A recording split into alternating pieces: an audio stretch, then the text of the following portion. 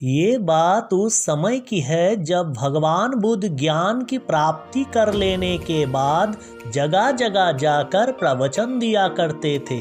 वो हर गांव में जाकर अपने ज्ञान का प्रसार करते। उनकी बातें हर किसी के जीवन को एक नया मोड़ देती थी।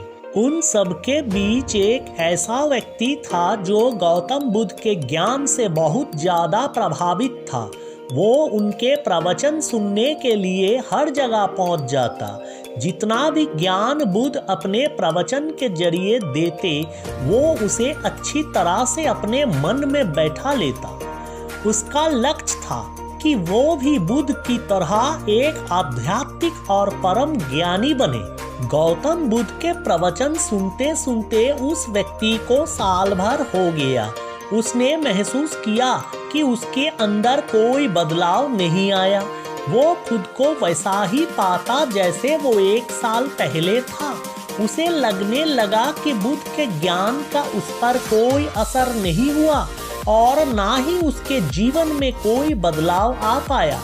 ना वो एक ज्ञानी बन पाया और ना ही उसका लक्ष्य पूरा हो पाया। इस बात पर नाराज होकर वो व्यक्ति बुद्ध के पास गया और बोला, मैंने साल भर आपके प्रवचन सुने, जो भी ज्ञान आपने दिया वो सब मैंने अपनाया, लेकिन उस ज्ञान से मुझ में कोई बदलाव नहीं आया और आज भी मैं पहले जैसा ही एक साधारण इंसान हूँ।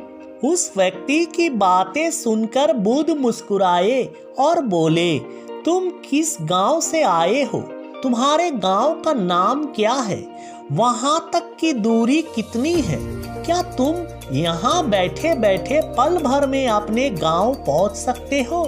बुद्ध के सवाल सुनकर उस व्यक्ति को गुस्सा आ गया। वो बोला, मेरा गांव बहुत दूर है। सही रास्ते पर और पैदल चले बिना मैं वहां नहीं पहुंच सकता। पल भर में कोई व्यक्ति किसी दूसरे जगह नहीं पहुंच सकता। गौतम बुद्ध बोले, यही तो तुम्हारे प्रश्न का उत्तर है।